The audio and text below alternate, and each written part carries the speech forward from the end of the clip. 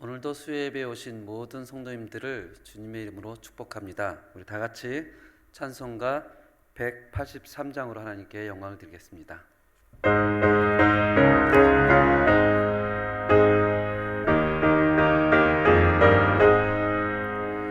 빈들의 마른 물같이 시들은 나의 영혼, 오 주님이 약속한 성령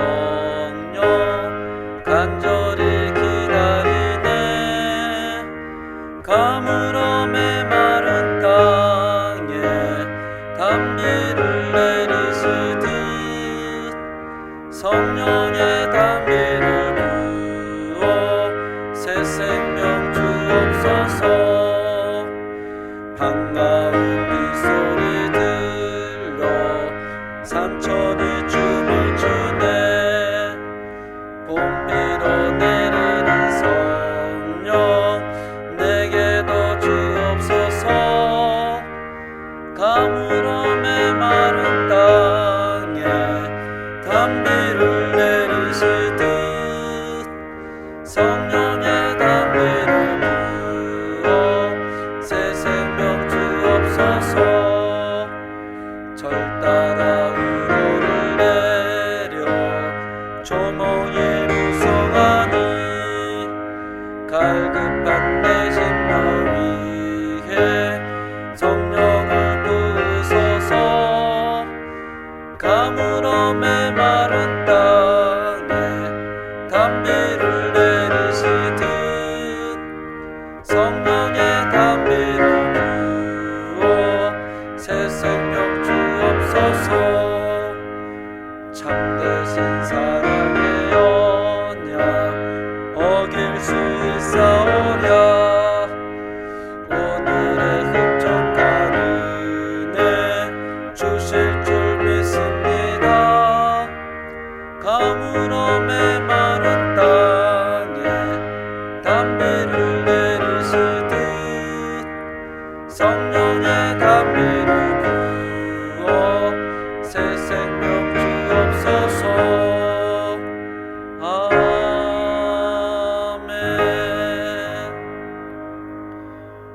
오늘 함께 나눌 하나님의 말씀은 마태복음 5장 1절에서 4절까지 함께 보시겠습니다. 마태복음 5장 1절에서 4절까지 신약성경 4페이지가 되겠습니다. 우리 함께 하나님의 말씀을 봉독하겠습니다. 예수께서 무리를 보시고 산에 올라가 앉으시니 제자들이 나아온지라. 입을 열어 가르쳐 이르시되 심령이 가난한 자는 복이 있나니 천국이 그들의 것임이요. 애통하는 자는 복이 있나니 그들이 위로를 받을 것임이요. 아멘.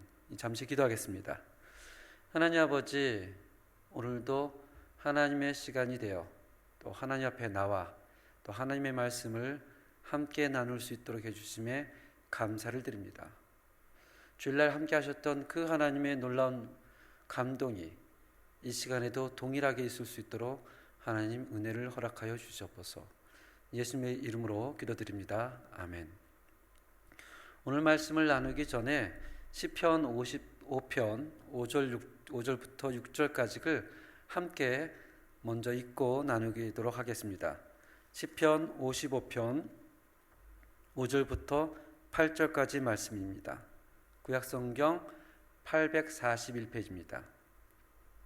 시편 55편 5절에서 8절, 구약성경 841페이지입니다. 함께 읽겠습니다. 나는 말하기를 만일 내게 비둘기같이 날개가 있다면 날아가서 편히 쉬리로다. 내가 멀리 가서 광야에 머무리로다. 내가 나의 피난처로 속히 가서 폭풍과 광풍을 피하리라 하였도다. 아멘. 다윗은 지금 자기에게 있는 고통과 슬픔으로부터 벗어나 자유를 누리기 위한 심정으로 시편 55편을 쓰고 있습니다.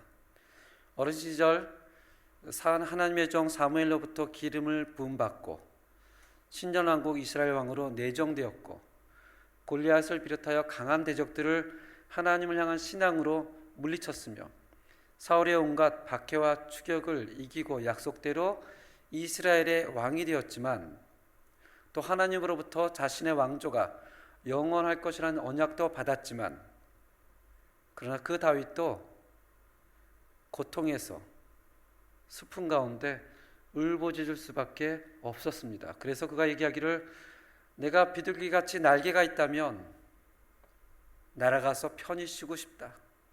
멀리 날아가서 이 고통과 고뇌에서 벗어나고 싶다. 이 다윗의 절규는 모든 인간이 느끼는 슬픔, 실망, 비극적인 그런 절규입니다.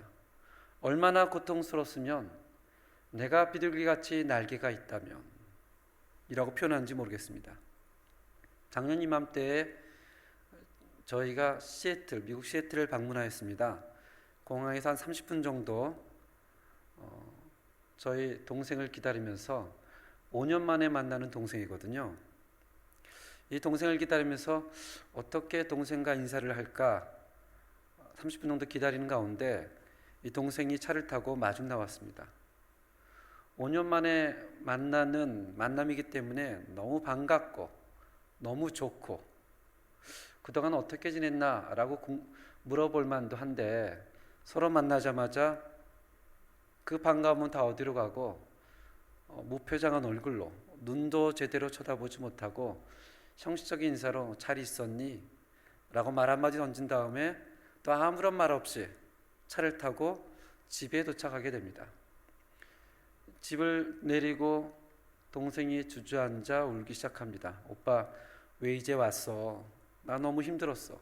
근데 그 울음은 일반적인 울음이 아니라 뭔가 마음속에서 나오는 절규 같은 그런 울음이었습니다. 왜냐하면 2년 전에 저희가 사랑하는 조카, 제 동생의 막내 아들이죠. 겨우 15살인데 2번의 암 수술을 받고 하나님 앞에 부르심을 받았기 때문입니다. 왜 하나님의 이런 고통을, 왜 하나님의 이런 어린 아들을 하면서 가슴을 치며 울부짖는 그 동생을 보면서 뭐라고 표현하기가 힘든 그런 가운데 있었습니다. 오늘 본문 마태복음 5장 4절에 보면 애통하는 자는 복이 있나니 그들이 위로를 받을 것이며, 이 말은 우리가 알고 있는 세상의 개념하고는 너무나 모순되는 이야기입니다. 세상은 우리에게 재미를 추구하고 세상은 우리에게 오락을 추구하고 그 재미와 즐거움을 위해서 우리의 돈과 시간과 정열을 쏟아내라고 속삭입니다. 그리고 대부분의 사람들이 그 길을 걸어갑니다. 그런데 주님은 반대로 슬픈 자는 복이 있다, 애통하는 자는 복이 있다, 삶에 대한 새로운 접근을 우리에게 제시하고 있습니다. 도대체 애통하는 자들이 복이 있다는 의미가, 그 사람들의 기쁨과 평안과 위로가 있다는 것이 무슨 의미일까라는 생각을 하게 됩니다.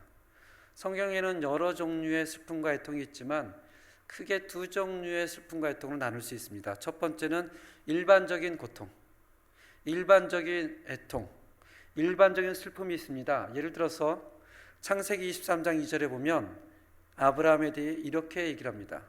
사라가 가나안 땅 헤브론 곧 기럇 아르바에서 죽음에 아브라함이 들어가서 사라를 위하여 슬퍼하며 애통하다가, 즉 아내 사라를 잃은 그 아브라함이 슬퍼했다, 애통했다. 이것은 이 땅을 살아가는 모든 사람들이 어쩔 수 없이 피할 수 없는 슬픔입니다.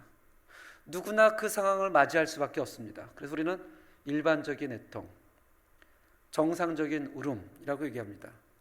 또 디모데후서 1장 3절 4절에 보면 바울이 에베소 교회를 목회하고 있는 디모데에게 이렇게 얘기를 합니다. 내가 밤낮 간구하는 가운데 쉬지 않고 너를 생각하며 청결한 양심으로 조상적부터 섬겨오는 하나님께 감사하고 내 눈물을 생각하며. 아마도 디모데가 에베소 교회를 목회하면서 상당히 좌절감을 많이 느끼고 힘들었던 것 같습니다. 그래서 목회하는 가운데 눈물을 흘리는 것을 보고 사도 바울이 편지를 쓴 거죠. 내가 내 눈물을 생각하며 넣어보기를 원함은 내 기쁨이 가득하게 하려 함이니. 예나 지금이나 이 사역의 어려움은 동일했던 것 같습니다. 사도행전 20장 31절에 보면 사도 바울이 이제 자기의 모든 사역을 다 마감하고 이제 자기의 인생에 어떻게 펼쳐질지 알지 못하는 그 길을 가면서 예배소 장로님들을 모아서 하는 이야기가 있습니다. 사도행전 20장 31절에 이렇게 얘기를 합니다. 그러므로 여러분이 일깨어 내가 3년이나 밤낮 쉬지 않고 눈물로 각 사람을 훈계하던 것을 기억하십시오. 사도 바울은 특별히 예배소 교회에서 교회와 성도를 생각하며 3년 동안 밤낮을 가리지 않고 눈물을 흘렸다, 이렇게 얘기를 합니다. 누가복음 7장에 보면 한 여인이 눈물을 흘리면서 자기의 머리로 예수님의 발을 씻기는 장면이 나옵니다. 심지어는 우리 주님께서도 나사로 무덤이 앞에서 친구 나사로의 죽음을 보면서 눈물을 흘리는 장면이 나옵니다. 이러한 것은 우리가 인생을 살아가면서 느끼는 모두가 피할 수 없는 그런 고통입니다. 사랑하는 사람이 죽고 사랑하는 사람이 아파하고 그 사랑하는 사람 때문에 또 눈물을 흘리고, 이러한 정상적인 애통과 울음이 있는가 하면 다른 종류의 울음도 있습니다. 다른 종류의 울음은 자기 자신의 욕망을 만족시키지 못해서 우는 욕망적인 울음이 있습니다. 우리 한번 사무엘하 13장 1절 2절을 찾아보길 바랍니다. 사무엘하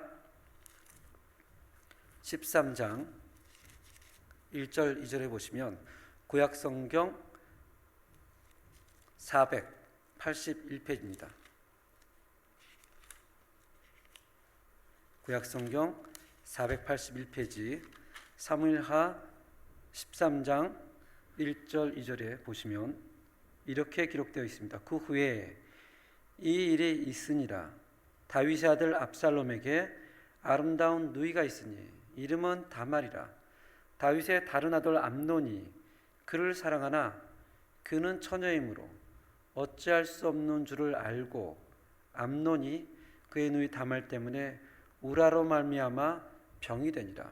여기에 보면 다윗의 아들 암논이 자기하고 좀 배다른 누이 다말과 동침하고 싶어 하는데 그렇게 되지 않으니까 병이 나서 울면서 애통하는 장면이 나옵니다. 욕망의 눈물이죠. 정상적인 고통이 아니고 정상적인 울음이 아니라 자기의 욕망이 만족되지 않으니까 거기서 나오는 울화, 성경은 울화라고 하죠. 욕망의 눈물을 흘립니다. 암논만 그런 것이 아니라 아하방도 그렇습니다. 나봇이 가지고 있는 포도원을 너무 뺏고 싶은데 그것을 가질 수가 없으니까 열왕기상 21장 4절에는 아합이 근심하고 답답하여 왕궁으로 돌아와 침상에 누워 얼굴을 돌리고 식사를 아니했다. 이렇게도 애통에는 일반적인 애통, 자연스러운 애통 또는 부정적이고 욕망이 가득한 애통이 있습니다. 그렇다면 오늘 주님이 애통하는 자는 복이 있나니 라고 말하는 이 애통은 어떤 종류의 애통일까? 이것을 이해하려면 사도 바울이 고린도후서 7장 10절에 있는 구절을 참고를 하면 도움이 될 것 같습니다. 신약성경 293페이지 고린도후서 7장 10절 함께 보시겠습니다. 고린도후서 7장 10절 10절에 보시면 사도 바울이 이렇게 얘기를 합니다. 하나님의 뜻대로 하는 근심은 후회할 것이 없는 구원에 이르게 하는 회개를 이루는 것이요. 즉 하나님의 뜻대로 하는 애통, 하나님의 뜻대로 하는 슬픔이 있고, 그 다음은 세상의 근심은 세상의 슬픔, 세상의 애통은 무엇을 이룬다고요? 사망을 이루는 것이니라. 우리는 우리들이 가지고 있는 문제로 외로움과 좌절과 실망에 쌓여 통곡하며 울 수도 있습니다. 또는 우리들의 마음속에 채워지지 않는 욕망 때문에 머리를 쥐어짜며 울 수도 있습니다. 그 어떤 세상적인 슬픔도 우리에게 생명을 가져다 주지는 않습니다. 우리에게 생명을 가져다 주는 슬픔은 성경에서 단 한 가지 슬픔, 바로 회개로 인도하는 경건한 슬픔이라고 얘기합니다. 오늘 우리가 읽었던 마태복음 5장 4절 그 앞절 저번에 나눴던 말씀을 보면 심령이 가난한 자는 복이 있나니 자기가 죄인이라는 사실을 아는 지적인 부분에서 하나님의 백성이 시작이 되어집니다. 하나님의 백성이 어떻게 시작이 되어지냐? 내가 아무것도 아니라는 사실, 내가 죄인이라는 사실을 지적으로 받아들입니다. 그리고 나서 4절로 이어지죠. 애통하는 자는, 그 아는 지식이 마음으로 나와서 애통하기 시작을 하는 거죠. 즉 심령이 가난하다는 것은 우리는 아무것도 아니며 우리는 아무것도 할 수 없는 무능력한 존재라를 인식하는 것에서부터 그 결과로 어떻게 해요? 애통한다, 운다, 슬퍼한다. 여기서의 슬픔의 강도는 자기가 사랑하는 자가 죽었을 때의 그 아픔을 이야기하고 있습니다. 이 표현은 마가복음 16장 10절에 보면 그리스도께서 죽으신 이후에 예수와 함께 했던 사람들이 슬퍼하며 울고 있는 모습을 묘사합니다. 마리아가 가서 예수와 함께 하던 사람들이 슬퍼하며 울고 있는 이 중에 이를 알리매 애통하는 자만이 이들만이 용서받을 수 있다라고 성경은 얘기를 합니다. 그러나 오늘날 우리는 죄에 대한 아픔과 애통이 알게 모르게 조금씩 사라지고 있습니다. 죄에 대한 애통보다는 어떻게 하면 행복할 수 있을까?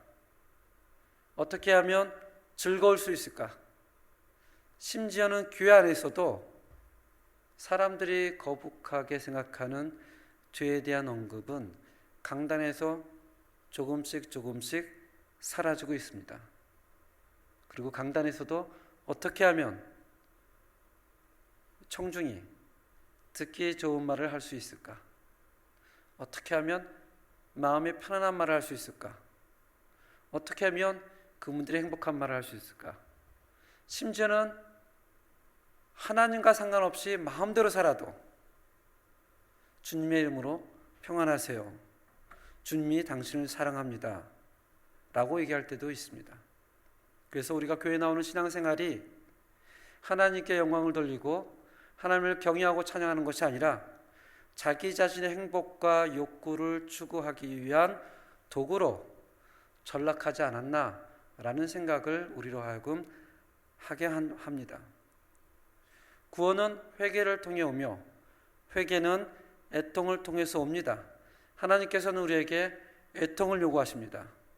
이 세상에는 자신이 교회를 다니기 때문에, 직분을 받았기 때문에, 봉사하기 때문에, 또는 헌금하기 때문에 자기 스스로를 그리스도인이라 생각하는 사람이 많이 있습니다. 그러나 죄를 애통하면서 그리스도께 나오는 사람들은 생각보다 많이 없습니다. 만약에 내가 하나님으로 인해서 죄에 대한 애통함이 없다면, 정말 그것이 한 번도 없다면 우린 거기에 물음표를 달 수밖에 없습니다. 왜냐하면 그 길이 하나님 앞으로 오는 유일한 길이기 때문에 그렇습니다. 성경 66권을 보석으로 비유한다면 보통 신학자들은 로마서는 다이아몬드라고 얘기합니다. 이 로마서 가운데서도 가장 사랑받고 가장 우리의 마음을 벅차오르는 구절이 있습니다. 이 8장입니다. 8장. 우리 8장을 한번 보시기 바랍니다. 8장 맨 마지막 구절이거든요. 로마서 8장 38절 39절을 보겠습니다. 신약성경 251페이지입니다. 로마서 8장 38절 39절에 보면 우리가 다 알고 있는 구절이지만 다시 한번 읽어보겠습니다. 내가 확신하노니 사망이나 생명이나 천사자들이나 권세자들이나 현재일이나 장래일이나 능력이나 높음이나 기쁨이나 다른 어떤 피조물이라도 우리를 우리 주 그리스도 예수 안에 있는 하나님의 사랑에서 끊을 수 없으리라. 아멘. 이 구절은 똑같은 구절이지만 매번 읽을 때마다, 매번 볼 때마다 우리의 가슴이 벅차오르게 합니다. 맞아. 하나님의 사랑은 그 어느 곳으로부터도 끊을 수 없다. 그렇지만 8장에 도착하려면 반드시 로마서 7장을 지나가야 합니다. 로마서 7장이 없이 8장이 있을 수가 없습니다. 8장에 나와 있는 이 구절이 우리의 가슴을 벅차게 하고 맞아, 하나님의 사랑은 끊을 수 없어 라고 하지만 이것은 7장을 전제하고 나서 8장이 있는 것입니다. 로마서 7장 15절부터 24절까지 우리 한 절씩 한 절씩 함께 천천히 읽겠습니다. 로마서 7장은 바울이 자신 안에 있는 죄와 씨름하는 장면을 자세하게 기록하고 있습니다. 15절입니다.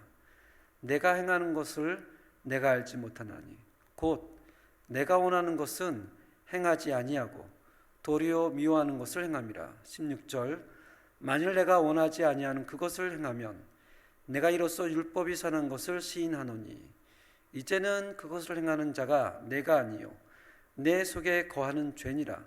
내 속 곧 내 육신에 선한 것이 거하지 아니하는 줄을 아노니 원함은 내게 있으나 선을 행하는 것은 없노라. 19절입니다. 내가 원하는 바 선은 행하지 아니하고 도리어 원하지 아니하는 바 악을 행하는도다. 만일 내가 원하지 아니하는 그것을 하면 이를 행하는 자는 내가 아니요 내 속에 거하는 죄니라. 그러므로 내가 한 법을 깨달았노니 곧 선을 행하기 원하는 나에게 악이 함께 있는 것이로다. 내 속사람으로는 하나님의 법을 즐거워하되 내 지체 속에서 한 다른 법이 내 마음의 법과 싸워 내 지체 속에 있는 죄의 법을 나로 사로잡는 것을 보는도다. 24절 함께 읽겠습니다. 오호라 나는 공고한 사람이로다. 이 사망의 몸에서 누가 나를 건져내랴. 사도 바울이 과거에 있었던 단 한 번의 경험을 기록한 것이 아니고요.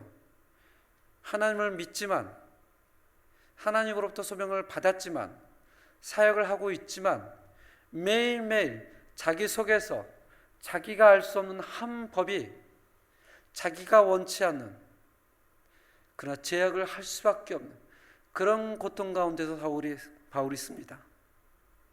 오호라 나는 공고한 사람이로다. 이 사망의 몸에서 누가 나를 건져내랴. 한 번의 경험이 아니고요. 매일매일 일어나는 경험을 씁니다. 내가 죄인이구나. 내가 내 안에는 구원받을 만한 것이 하나도 없구나. 오호라 나는 공고한 사람이로다. 그렇게 고백하면서 25절로 넘어가는 겁니다. 20을 함께 읽겠습니다. 우리 주 예수 그리스도께로 말미암아 하나님께 감사하리로다. 그런즉 내 자신이 마음으로는 하나님의 법을 육신으로는 죄의 법을 섬기노라. 아멘. 우리 주 예수 그리스도로 말미암아 하나님께 감사하리로다. 우리가 계속해서 우리의 죄를 자백하고 있다면 이것은 우리가 용서받고 있는 자라는 증거가 됩니다. 왕의 백성, 하나님의 백성으로 부르신 그 사람들의 증거가 무엇이냐? 그것은 계속해서 죄와 싸우고 계속해서 죄를 자백하는 특징이 있다라는 것입니다. 마태복음 5장 4절에 애통한 자는이라고 기록하지 않습니다. 과거로 기록하지 않고요. 애통하는 자는 즉 지금도 계속해서 끊임없이 죄와 싸우고 애통하고 있는 그 사람은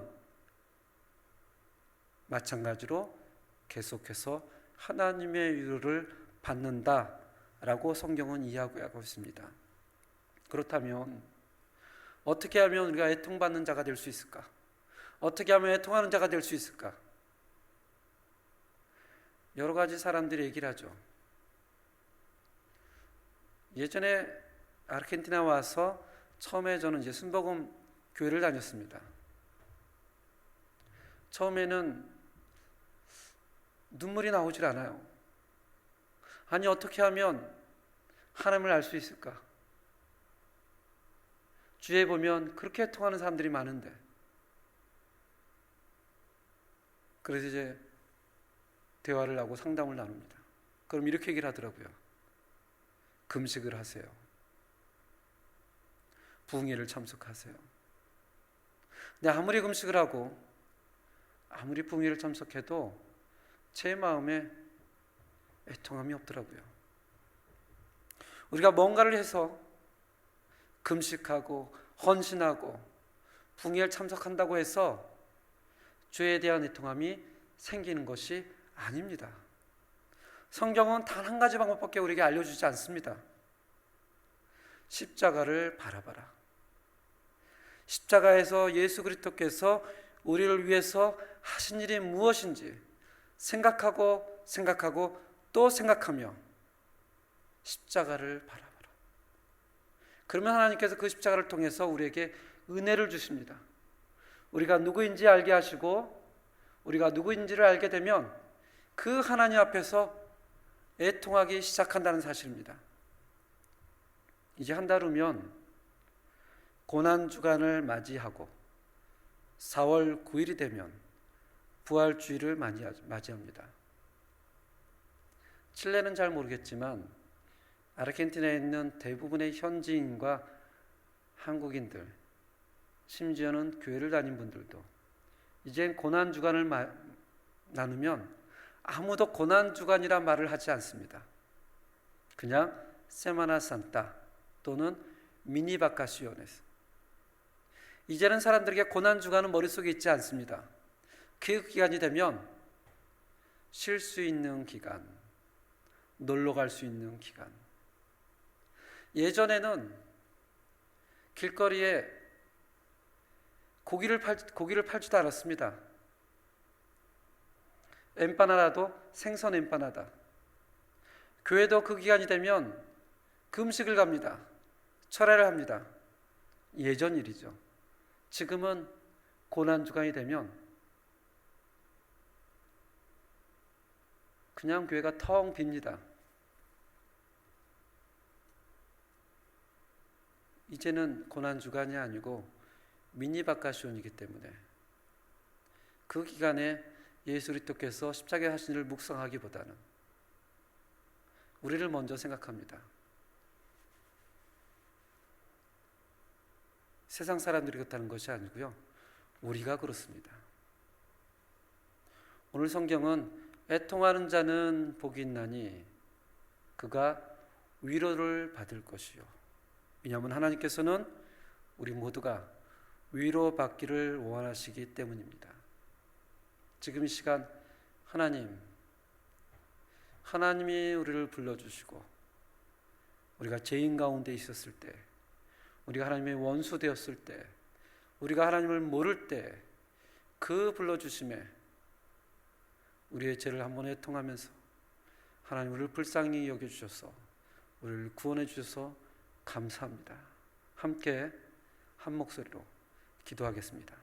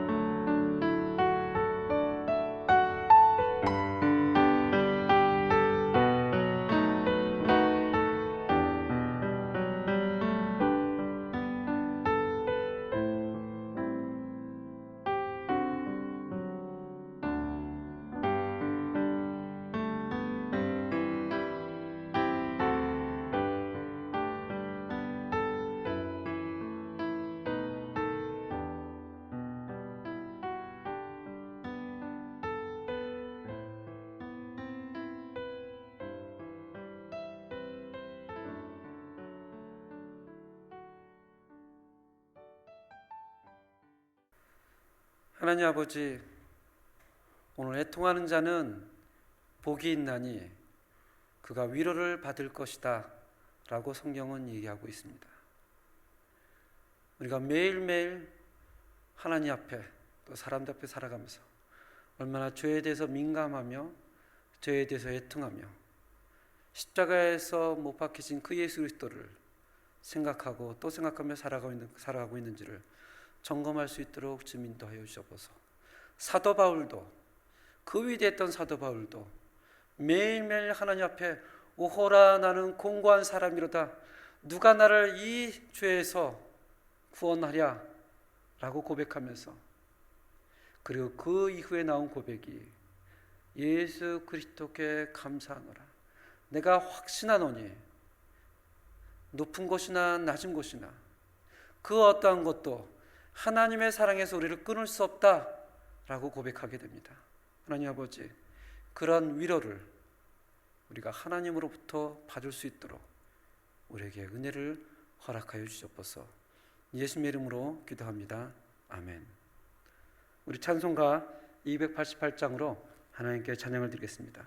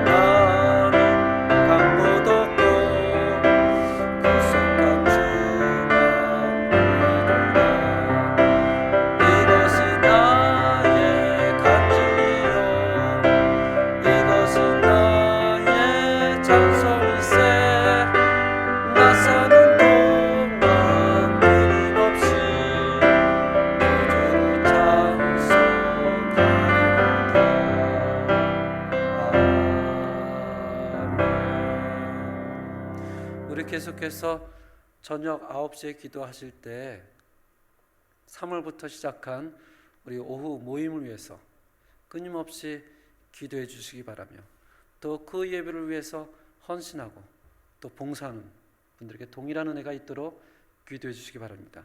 또 3월 19일은 위임식이 있습니다. 하나의 형식이 아니라 정말 기도로서 준비하며 그 가운데 하나님이 정말 한인연합교회에 또 모든 성도님들에게, 저에게 정말 하나님의 놀라운 은혜가 그 위임식 가운데 함께하도록 기도할 수 있기를 주님으로 부탁드립니다. 지금은 우리 주 예수 그리스도의 은혜와 하나님의 놀라운 사랑과 성령님의 교통하심이 이 땅에서 매일매일 주님이 우리를 위하여 행하신 일을 생각하고 또 생각하며 또 애통하며 그 애통한 가운데 하나님이 주신 놀라운 위로를 받고 살아가길 원하는 저희 모든 한인연합교회 성도님들 머리 위에 지금부터 영원까지 함께할지어다. 아멘.